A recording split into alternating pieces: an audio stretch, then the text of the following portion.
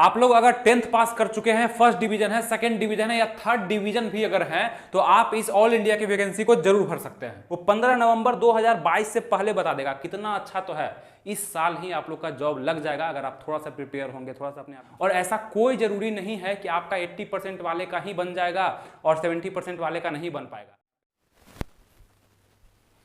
नमस्कार दोस्तों, आनंद study online channel में आप लोग का फिर से एक बार स्वागत है। तो अभी के इस वीडियो में एक नई वैकेंसी पे हम लोग बात करने वाले हैं। एक बम्पर वैकेंसी आप लोग के लिए ऑल इंडिया लेवल पर निकाली गई, यानी कि आप किसी भी स्टेट से बिलोंग करते हैं तो आप इस वैकेंसी को जरूर भर सकते हैं और बहुत ही अच्छी वैकेंसी आप लोग के लिए निकाली गई है। तो चलिए इसके हम डिटेल में बात करने वाले हैं। उस वैकेंसी का नाम होगा आप लोग के लिए ग्रामीण डाक सेवक भर्ती, यानी कि जीडीएस के नाम से हम इसे जानते हैं, यानी कि ग्रामीण डाक सेवक। ये पोस्ट ऑफिस की वैकेंसी है, इंडिया लेवल पर बहुत ही अच्छी वैकेंसी है, बहुत ही बम्पर रूप में आपके लिए निकाली गई है और अलग अलग स्टेट के लिए अलग अलग वैकेंसी है, यानी कि आप लोग को यह जानकारी मिलेगा कि इस स्टेट में कितनी वैकेंसियां निकाली गई और कैसे आप लोग फॉर्म भर सकते हैं। आप किसी भी कैटेगरी से बिलोंग करते हैं, आप जनरल हैं, ईडब्ल्यूएस है, फीमेल है, मेल है, किसी भी कैटेगरी से आप इस फॉर्म को भर सकते हैं। सिर्फ आपको 10th का सर्टिफिकेट चाहिए और सबसे पहला बात कि मात्र मिनिमम 10th का ही चाहिए, इंटर और ग्रेजुएशन से कोई मतलब आप लोग को नहीं है। सिर्फ 10th लेवल पर यह वैकेंसी निकाली गई है। तो बहुत सारे लोग इस वैकेंसी को अप्लाई करेंगे, बहुत सारे लोग इसमें इंटरेस्टेड भी होते हैं और बहुत ज्यादा फॉर्म भी गिरेगा। उसी में से आप भी होने चाहिए और आपका ये सबसे पहला होना चाहिए कि सभी डिटेल जो है इस वैकेंसी से संबंधित वो हम समझ लें, जान लें, उसके बाद हम किसी प्रोसेस को आगे करें। ठीक है,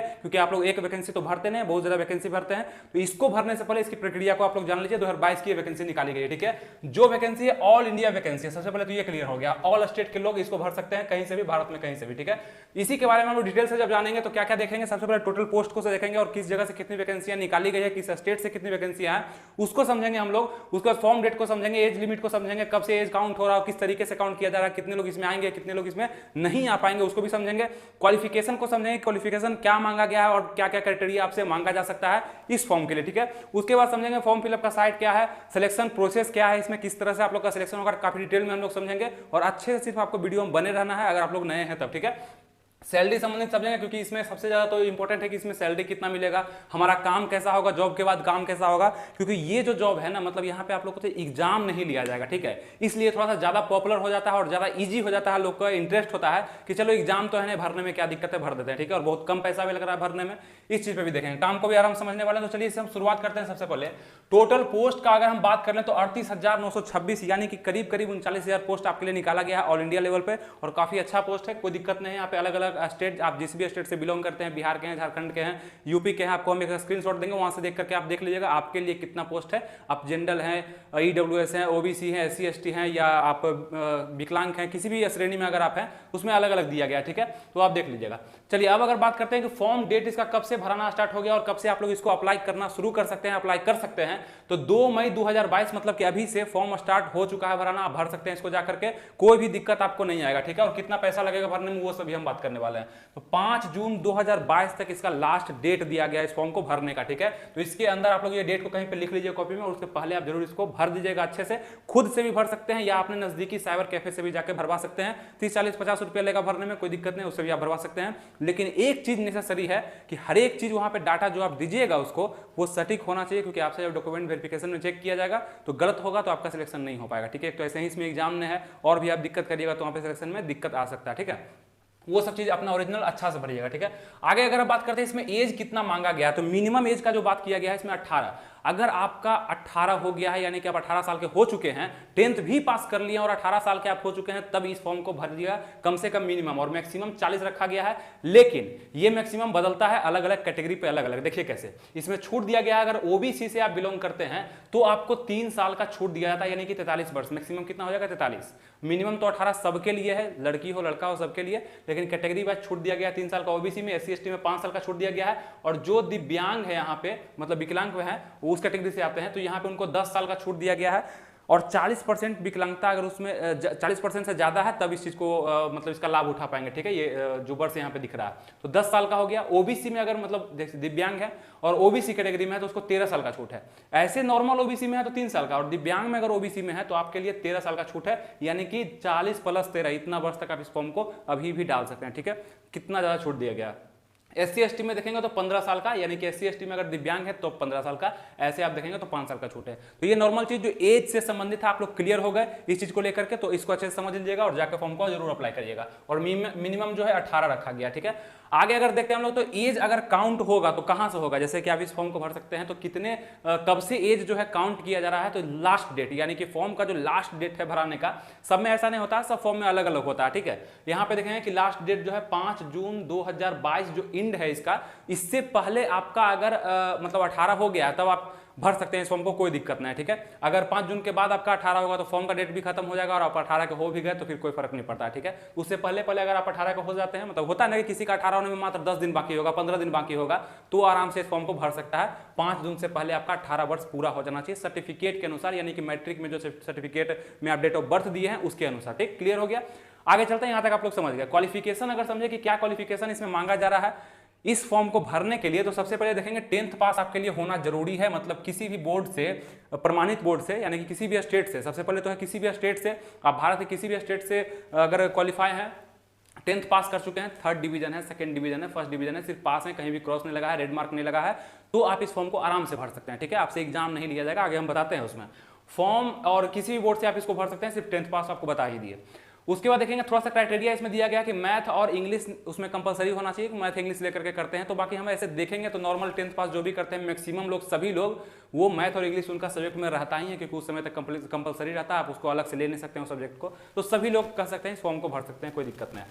और उसके बाद आपको थोड़ा सा और अलग से कुछ चीज जो मांगा गया है वो लोकल लैंग्वेज का मांगा गया है, कि लोकल लैंग्वेज का ज्ञान आपको होना चाहिए। देखिए अब ये ऑल इंडिया की वैकेंसी है, ठीक है, और इसमें लोग जो अप्लाई करेंगे, हो सकता है कि आप ज्यादा सीट जिस स्टेट में देखिएगा, जैसे आप बिहार के रहने वाले हैं और अगर आप देख रहे हैं कि मतलब क्या बोलता है, उत्तर प्रदेश में बहुत ज्यादा सीट निकला है, चाहे हिमाचल प्रदेश में बहुत ज्यादा है, चाहे असम में बहुत ज्यादा सीट निकला है, तो आप वहां से अप्लाई करना चाहेंगे, ऐसा भी कर सकते हैं। आप जिस स्टेट में है अदर स्टेट से भी आप अप्लाई कर सकते हैं, कोई दिक्कत नहीं है। लेकिन एक तो क्राइटेरिया वहां पे मांगा गया है कि आपको लोकल लैंग्वेज आना चाहिए जहां आप अप्लाई कर रहे हैं। जैसे बिहार में अप्लाई कर रहे हैं तो यहाँ का भाषा, मतलब नॉर्मल सब जगह तो हिंदी ही है, लेकिन आप दक्षिण भारत अगर चल जाते हैं, जैसे कर्नाटक हो गया, असम हो, ये क्या बोलता है आपका तमिलनाडु हो गया, नीचे का केरल हो गया, आपका आंध्र प्रदेश हो गया, तेलंगाना हो गया, यहाँ अगर डालते हैं तो आपको वहाँ का भाषा आना चाहिए, तेलुगु, तमिल, मलयालम, ये भी जो है वो आना चाहिए भाषा। तो वहाँ का मतलब लोकल लैंग्वेज अगर आपको आता है तो आप कहीं भी अप्लाई कर सकते हैं इस फॉर्म को। ठीक है, ये थोड़ा सा मांगा गया, और मैक्सिमम लोग तो अपने स्टेट से ही अप्लाई करेंगे, जहाँ से वो हैं वहीं से करेंगे। कुछ लोग ज़्यादा सीट देख करके हो सकता है अलग अलग अप्लाई कर सकते हैं, वो आपके मर्जी पर है, आप जिस भी तरह से करिए। ठीक है, कंपटीशन लगभग उतना ही रहता है और इस पर हम आगे भी चर्चा करने वाले हैं। उसका देखेंगे कि इसमें नॉलेज जो है आपको चाहिए लोकल लैंग्वेज का, और साइकिलिंग का थोड़ा सा मांगा गया। देखिए पोस्ट ऑफिस का जॉब है, तो पोस्ट ऑफिस वाले जितने भी आदमी को आप देखते होंगे, तो थोड़ा सा उनको वर्क को क्या होता है कि अपने जहां ऑफिस होता है वहां से दूर किसी चिट्ठी को पहुंचाना, या किसी चीज को देना, ड्राफ्ट को देना, या कुछ मतलब पोस्ट ऑफिस का काम से बाहर जाना, तो एक साइकिलिंग का उसमें दिया गया है कि आप मतलब सीखे हुए होने चाहिए पहले से। तो आजकल कौन नहीं जानता है इस जमाने में साइकिल चलाना, मोटरसाइकिल है तो और अच्छा, ट्रक चलाना जानते हैं तो और बढ़िया, कोई दिक्कत नहीं। लेकिन मिनिमम साइकिल मांगा गया है, जिस तरह से यहाँ पे आप मिनिमम एज 18 देख रहे हैं, उस तरह से मिनिमम साइकिल चलाना आपको आना चाहिए। बाकी कुछ भी आता है, हवाई जहाज भी चला रहे हैं, कोई दिक्कत नहीं है। ठीक है, ये हो गया, ये समझ गए। फॉर्म फिलअप का जो साइट है, किस साइट से आपको फॉर्म को फिलअप करना, आप अपने से अगर भरना चाहते हैं ना फॉर्म, और हमें तो लगता है सही होगा कि अपने से आप फॉर्म को भरिए, कोई दिक्कत नहीं। अगर आप जानते हैं थोड़ा सा भी फॉर्म को भरना तो खुद से भरिए, क्योंकि वहां पे ज्यादा सटीक हो पाता है, खुद से डाटा देते हैं, 10 बार 20 बार भी हम चेक कर सकते हैं। साइबर कैफे में क्या होता है कि 1-2 बार से ज्यादा बोलने देता नहीं है, और गलती करने के बाद उस पर हम कुछ बोल नहीं सकते हैं, क्योंकि वो गलती हमारा होता है, किसी दूसरे से हम फॉर्म भरवाए हैं, तो ये चीज होता है। अगर आप लोग खुद से भरना चाहते हैं तो यहाँ पे इंडिया पोस्ट gdsonline.gov.in पर जाकर के आप लोग इस स्पेलिंग को बिना किसी स्पेस के दे करके आप गूगल पे सर्च मारिएगा तो आपको खुल जाएगा, और वहां जाकर खुद भी आप फिलअप कर सकते हैं इस फॉर्म को। ठीक है, यहां तक आप लोग समझ गए। अब चलिए हम लोग चलते हैं सिलेक्शन प्रोसेस पे, कि क्या है इसका सिलेक्शन प्रोसेस, कैसे इसमें होगा सिलेक्शन हमारा। तो सबसे पहले तो आपको फॉर्म भरना है। ठीक है, सबसे पहले तो आप मैट्रिक किए होने चाहिए, 18 वर्ष आपका पूरा हो गया। उसके बाद इस फॉर्म के बारे में सोचिएगा, अगर वो पूरा है तो आप इस फॉर्म को भरिएगा। उसके बाद आपको इसका एग्जाम का तैयारी कहीं भी नहीं करना है, क्योंकि अभी तक जो आप कर चुके हैं, यानी कि मैट्रिक तो आप पास कर गए हैं, उसमें जितना परसेंटेज है आपका, जितना नंबर है आपका, जिस तरह से आप फॉर्म को भरते हैं सही गलत देख करके, उस हिसाब से आपका सिलेक्शन होना है यहाँ पर। तो सबसे पहले सटीक को थोड़ा सा ध्यान में रखिएगा, सही से फॉर्म, एक एक शब्द को सही से भरने का प्रयास करिएगा। जिस तरह से मैट्रिक का सर्टिफिकेट आपका बना हुआ है, फादर्स नेम, मदर्स नेम, आपका रोल नंबर, आपका date of birth, Aadhaar card, जो भी है सब सटीक डालिएगा। ठीक है, ये सब हम बाद में नहीं बताएंगे आपको। बाकी हो गया यहाँ पे सिलेक्शन प्रोसेस का कि नो एनी एग्जाम, इसमें आपको किसी भी तरह का रिटन एग्जाम, ऑब्जेक्टिव एग्जाम, किसी भी तरह का कोई एग्जाम आपको देखने के लिए नहीं मिलेगा, किसी भी तरह का कोई एग्जाम नहीं होगा। फिर आगे देखते हैं हम लोग क्या है, तो मेरिट लिस्ट जो इसमें बनेगा वो आपका 10th के सर्टिफिकेट यानी परसेंटेज या मार्क्स पे बनने वाला है, जो आपका 10th में जितना नंबर आया है ना। और ऐसा कोई जरूरी नहीं है कि आपका 80% वाले का ही बन जाएगा और 70% वाले का नहीं बन पाएगा। 90% वाले का भी नहीं बन पाएगा। अगर वो फॉर्म में गलती कर देंगे ना तो उनका भी नहीं बनेगा। तो ये कोई जरूरी नहीं है, रेंडमली वहाँ पे निकाला जाता है। बहुत सारे ऐसे भी होते हैं इनका कम पे भी हो जाता है और किसी किसी का मैक्सिमम ज़्यादा का ही होता है। तो कोई भी क्रीम ही खोजता है। अगर आपको दिया जाए दूध और क्रीम तो आप क्रीम पहले खाइएगा। तो उस जैसे कि ये जो वैकेंसी निकाला है सरकार, इसको अगर अच्छे लोग यानी कि मैक्सिमम परसेंटेज के ज़्यादा मिल जाएंगे तो फिर मिनिमम को क्यों लेगा, ये तो सही बात है।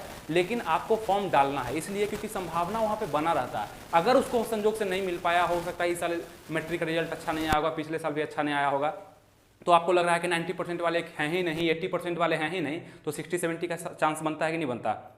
तो ये है। और फॉर्म भरने में ज़्यादा पैसा लग नहीं रहा है, तो आप लोग को अप्लाई जरूर कर देना है, मात्र 100 रुपये। अभी हम आगे देखते हैं उसमें क्या है। फीमेल को तो कुछ लग ही नहीं रहा है, बाकी हम देखते हैं। और फीमेल लोग बहुत कम अप्लाई कर पाती है इस फॉर्म को, तो हम तो कहेंगे कि फीमेल लोग को भी अप्लाई करना चाहिए इस फॉर्म को, क्योंकि फायदा उठाना चाहिए। यहाँ पे जॉब खराब नहीं है, सरकारी जॉब है, कुछ नहीं से कुछ हमेशा। देखते हैं हम लोग क्या है इसमें कि 10th का सर्टिफिकेट पर आप लोग का सिलेक्शन होना है, परसेंटेज मार्क्स को देखा जाएगा वहाँ पे। आगे देखते हैं A to Z प्रोसेस जो बोला गया है इस कंपनी के द्वारा, यानी कि पोस्ट ऑफिस के द्वारा, आपका ये ग्रामीण डाक सेवक के द्वारा, कि हम जो है पूरी वैकेंसी यानी कि मतलब ज्वाइनिंग का प्रक्रिया भी हम करा देंगे। 15 नवंबर से पहले सब कुछ आपको क्लियर कर देंगे कि कितने स्टूडेंट, कौन कौन स्टूडेंट किस राज्य से शॉर्ट लिस्टेड किए गए हैं, इसमें एलिजिबल है, आप इस जॉब को कर सकते हैं। वो 15 नवंबर 2022 से पहले बता देगा। कितना अच्छा तो है, इस साल ही आप लोग का जॉब लग जाएगा। अगर आप थोड़ा सा प्रिपेयर होंगे, थोड़ा सा अपने आप पे ध्यान देंगे, सीरियस हो जाएंगे, तो आप लोग का जॉब लग जाएगा इसी साल। कोई भी जॉब हो, जॉब कोई भी खराब नहीं होता, ठीक है। बाकी आगे हम देखते हैं, सरकारी जॉब है। आगे अगर देखते हैं इसका सैलरी का हम अगर बात करते हैं, तो चलिए यहां तक तो आप लोग समझ गए होंगे, कोई दिक्कत नहीं होगा समझने में। जो भी कंफ्यूजन आप लोग को लगता है, आप अगर नए स्टूडेंट हैं हमारे इस चैनल पर आनंद स्टडी ऑनलाइन पर, तो इसको सब्सक्राइब जरूर कर लीजिएगा, क्योंकि आगे जो भी वीडियो आएगा हो सकता है इसका डिटेल में और भी जो जानकारी आपके लिए जरूरी हो, हम वही जानकारी लाते हैं जो आपके लिए जरूरी होता है।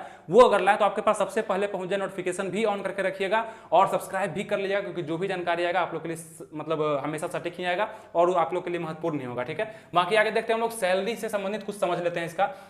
तो देखिए जो पोस्ट निकाला गया है आप लोग के लिए, अब थोड़ा सा पोस्ट को समझिएगा। 3 तरह का पोस्ट निकाला गया है। एक बीपीएम का पोस्ट है, इसको हम ब्रांच पोस्ट मास्टर कहेंगे, ठीक है। बीपीएम का पोस्ट है, इसको शॉर्ट में आप लोग बीपीएम, वहां पे पोस्ट भी आपको भरने के लिए मिलेगा। एबीपीएम यानी कि असिस्टेंट ब्रांच पोस्ट मैनेजर है, और एक डाक सेवक है। 3 तरह का पोस्ट निकाला गया। ये दोनों लगभग समान होता है, काम भी समान होता है, उतना वेतन भी लगभग सेम ही है, ठीक है। तो ये बीपीएम, एबीपीएम और डाक सेवक, तीनों का फुल फॉर्म भी आपको बता दिए। और अच्छे से इसको समझिएगा, आगे देखते हैं हम लोग। बीपीएम जो होगा, आप लोग ब्रांच पोस्ट मास्टर पर अगर आप लोग अप्लाई करते हैं, तो इसमें आप लोग पर मंथ का सैलरी कम से कम 12,000 जो कि बताया गया है सरकार के द्वारा, ठीक है। ये सरकार के द्वारा ग्रामीण डाक सेवक के द्वारा बताया गया है। लेकिन यहाँ पे क्या होता है कि कुछ वेतन भत्ता को जोड़ करके, जैसे आपका महंगाई भत्ता हो गया, उसके बाद कहीं जा रहे हैं तो उसका हो गया, आपका खाने का हो गया, रहने का हो गया, ये सब को लेकर के आपका सैलरी मिनिमम जब आप मतलब शुरू करेंगे ना जॉब करना, तो कम से कम 17,000 रुपया पर मंथ आपको मिलने वाला है। ये अमाउंट थोड़ा सा छोटा आपको लग सकता है कि इतना कम पैसा देगा। सबसे पहले तो ये सरकारी है, सबसे बड़ा बात ये है। उसके बाद पेमेंट का बात करें तो कम से कम आपको इतना जरूर मिलेगा, ये लिखा होता है, बेसिक पे होता है, ठीक है। आगे देखते हैं हम लोग कि यहाँ पे डाक सेवक और एबीपीएम मतलब कि असिस्टेंट ब्रांच पोस्ट मास्टर का जो वेतन होगा वो और कम है, उससे 2,000 कम बताया गया है, 10,000, लेकिन कम से कम इसको 15,000 पर मंथ जरूर मिलेगा।